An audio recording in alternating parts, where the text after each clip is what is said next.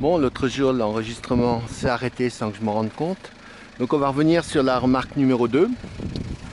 Et la deuxième remarque que je voulais faire, il y a une dizaine de jours, quinzaine de jours maintenant, euh, il y a eu un communiqué de presse du préfet qui reconnaissait que pour la première fois dans le département, un loup avait été vu. C'est à 40 km au nord d'ici. Les massifs là-bas des montagnes, c'est tout boisé. C'est donc une forêt quasi continue, enfin, qui est depuis là-bas. Donc le loup, il est de retour chez nous, officiellement. Il y est sûrement depuis déjà 8 ans. Et quand on voit les résultats de cette semaine où on nous annonce qu'il y a 530 loups, qu'on est 2 ou 3 ans en avance sur le programme de reproduction prévu, ça veut dire qu'à partir de maintenant, le développement du loup va devenir exponentiel et on va passer de 530 à 1000 dans 2 ans et puis probablement à 10 000 assez vite derrière si rien n'est fait.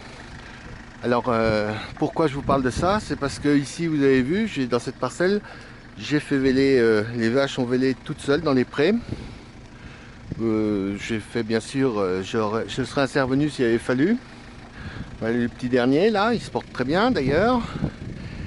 Sauf que quand un veau qui naît, la première semaine, il reste quand même fragile, même s'il se lève au bout d'une heure ou deux, vous l'avez vu l'autre jour, ça reste quand même quelque chose d'excessivement fragile. Or en fait, les différentes études qu'on commence de lire prouvent que le loup, il est comme les autres, hein. Je veux dire, il va à la recherche de la nourriture la plus facile et la plus simple à attraper. Et la plus simple à attraper, ça reste des animaux fragiles et malades, bien sûr. Et puis ça reste les nouveau-nés. Et puis les moutons en particulier. Les brebis, c'est vrai qu'elles ont du mal à courir longtemps, elles ne sont pas faites pour. Il faut penser toujours quand même que dans une chaîne alimentaire sauvage, entre guillemets, que ce soit les vaches, les moutons en particulier, c'est quand même les premiers, ils transforment l'herbe en viande. Et c'est eux le premier maillon de la chaîne. Et on le voit bien en Afrique avec les gnous. Les premiers maillons de la chaîne qui après servent de nourriture aux carnivores. Et aux omnivores que sont les hommes. Or donc ils ont des moyens de défense, mais ils sont aussi faits pour être attrapés et donc ils sont particulièrement fragiles.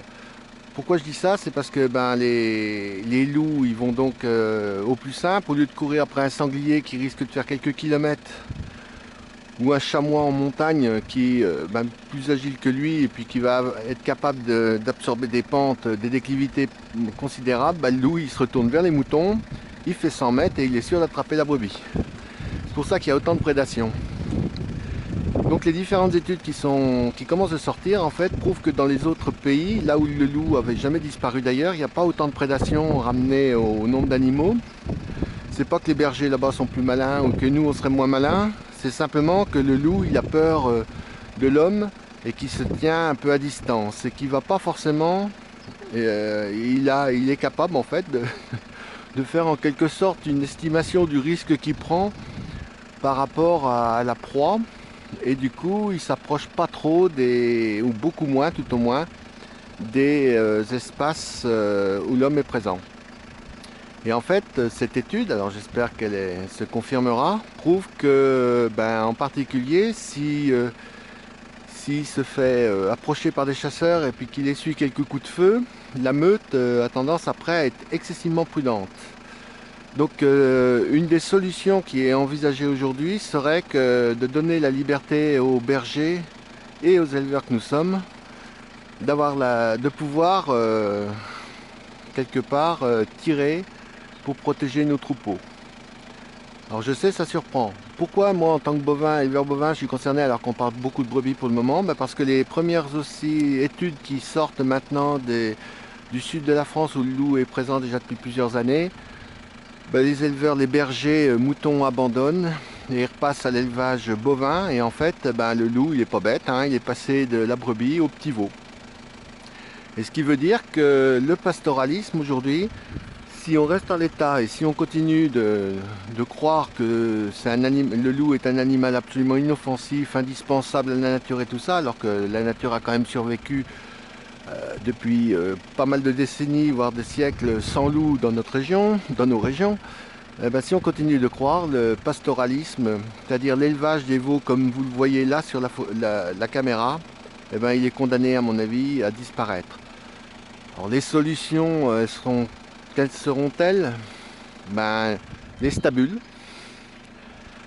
des protections avec des grillages tout autour des stabules pour que le loup puisse pas approcher, et puis, ben, de récolter l'herbe, de l'herbe autant qu'on peut, de la stocker dans les hangars sous forme de foin et de nourrir le maximum les animaux avec cette herbe, sauf peut-être des lots de vaches plus cornées ou des jeunes qui peuvent se défendre et que les loups ne puissent pas prendre. Mais de toute façon, 530, il y a encore assez peu de meutes, mais le jour où le loup va se développer en vraie meute avec plusieurs individus, voire peut-être même plusieurs dizaines, là je ne suis pas spécialiste du loup non plus, le danger sera considérable, il sera pour les troupeaux, mais il sera aussi pour les humains parce que il faudra qu'ils mangent, hein.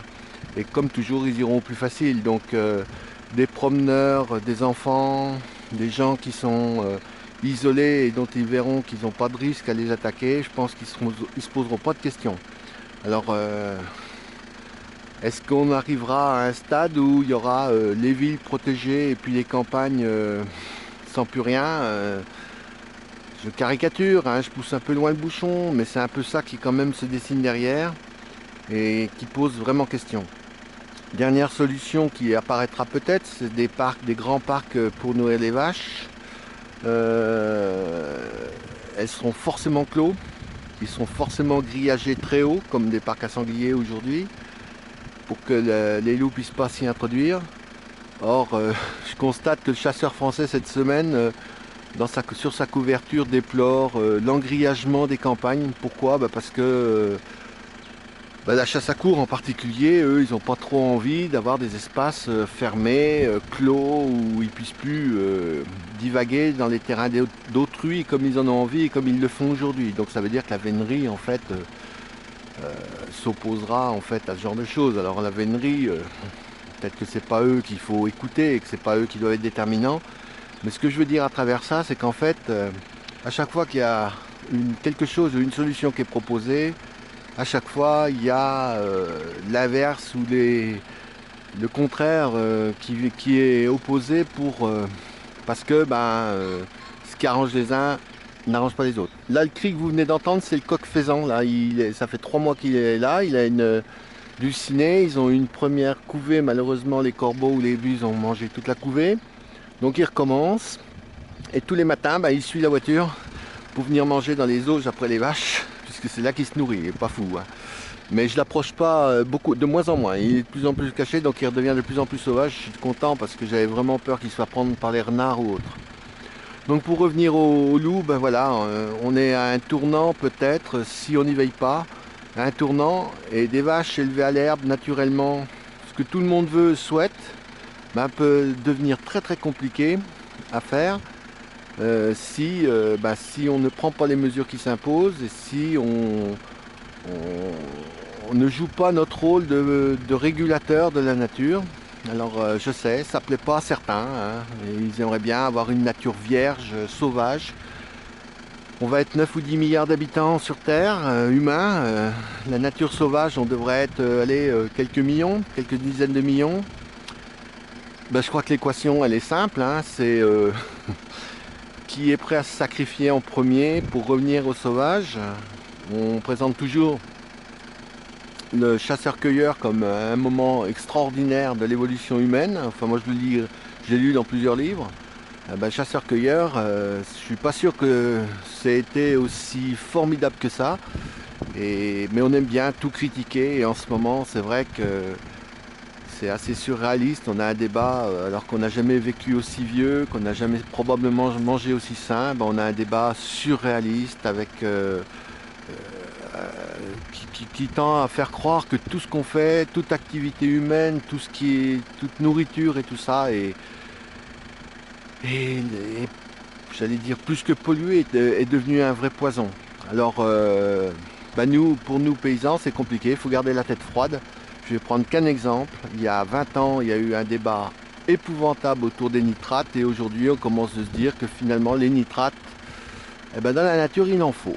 Ce que nous, on a toujours su, ce qu'on a essayé de gérer en gérant avec les composts, en essayant de gérer différemment, en épandant aujourd'hui nos fumiers sur des grandes surfaces au lieu de tout mettre de façon très concentrée pour éviter. Et en fait, ce que nous, on a, comment dire, notre gestion, elle est peut-être, surtout dans la région ici, elle est peut-être pas si mauvaise que ça. Et peut-être qu'on devrait nous écouter. Donc je répète, pour le loup, c'est simple, hein, il faut absolument éviter que la croissance exponentielle des populations conduise à la constitution de meutes qui deviendront incontrôlables. Voilà, je suis un peu long, je reviendrai sur le loup pour un autre aspect, mais il faut comprendre aussi que nous, dans nos campagnes, on vit au quotidien dans la nature, on voit comment elle fonctionne. Moi, c'est une vraie arche de Noé chez moi. Il y a des faisans, des perdrix, des lapins, des lièvres, des chevreuils, des sangliers, beaucoup trop d'ailleurs. En plus de tout, plus des oiseaux, j'ai essayé de faire des bandes son, c'est super impressionnant. Et je me rends compte qu'on reste l'objet de critiques permanentes. Il y a un article dans Le Monde maintenant et Libération, c'est impressionnant. Il y a un article tous les 2 jours pour tout critiquer, tout démonter. Enfin, on a vraiment l'impression d'être des moins que rien. Et tout ça, c'est fait par des gens qui, eux, sont dans des salons, qui prennent leur voiture et qui font 1000 km de bouchons à l'ascension pour pouvoir aller soi-disant se ressourcer dans la nature alors qu'ils vont tous au même endroit. Je veux dire que la nature, ils en ont une vue très très superficielle et très lointaine. Et c'est eux qui nous donnent des leçons. Et il y a un moment, il y a une inversion des valeurs qui est très très préoccupante et qui, moi, me pose énormément de questions parce que j'ai peur qu'à force, on décourage non seulement ceux qui restent, mais qu'on décourage surtout les jeunes qui ont sûrement bien du mal à se faire une idée exacte de ce que c'est que le métier d'éleveur et d'agriculteur aujourd'hui. Et ça, c'est pas quand tout aura disparu que tout ira mieux. Mais on a l'habitude, on a une administration qui est la championne du monde pour ça. Et moi, je reprends souvent, parce que j'aime bien une réflexion. Alors, moi, on me l'a présenté comme étant Coluche, ou Coluche l'a reprise. Mais il y a quand même une chose qui est certaine, c'est que, j'allais dire avec les technocrates, mais j'allais même dire maintenant avec les idéologues, tu mets un technocrate dans le désert ou un idéologue dans le désert, et au bout de 5 ans, il faut racheter du sable. Je crois que malheureusement, c'est un peu comme ça que fonctionne notre société et que c'est vraiment préoccupant.